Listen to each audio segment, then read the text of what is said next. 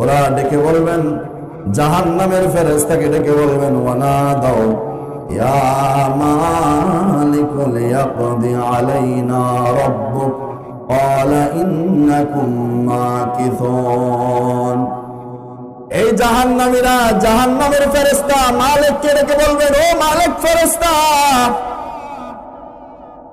লিয়াকদি আলাইনা রাব্বুক, যাও তোমার রবের কাছে যাও,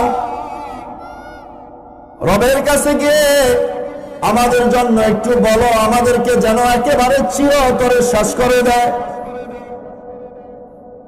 বলেন, কিয়ামতের দিন আর কখনো মরণ হবে নাকি? তারা তোনাদ করে বলবেন, ও জাহান্নামের ফেরেশতা, ও মালিক ফেরেশতা, তোমার আল্লাহকে বলো না এই জাহান্নামের আযাব আর সহ্য হয় না, এই জাহান্নামের দগ্ধতা আর সহ্য হয় না।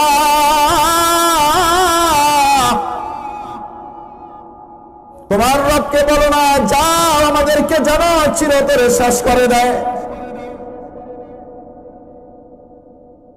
ওই সময় জাহান্নামের ফেরেশতা মালিক বলবেন, আজ তোমাদেরকে কখনো শেষ করা হবে না, এখানে তোমরা এই অবস্থায় এখানে পড়ে থাকো।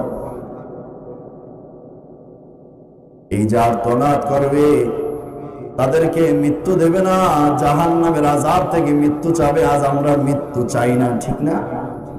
ওই দিন জাহান্নামের ভয়াবহতা এত হবে, আল্লাহর কাছে মৃত্যু চাবে, আল্লাহ একেবারে আমাদেরকে শেষ করে ফেলুন। ওই দিন কিন্তু আর ওই দিন মৃত্যু হবে না।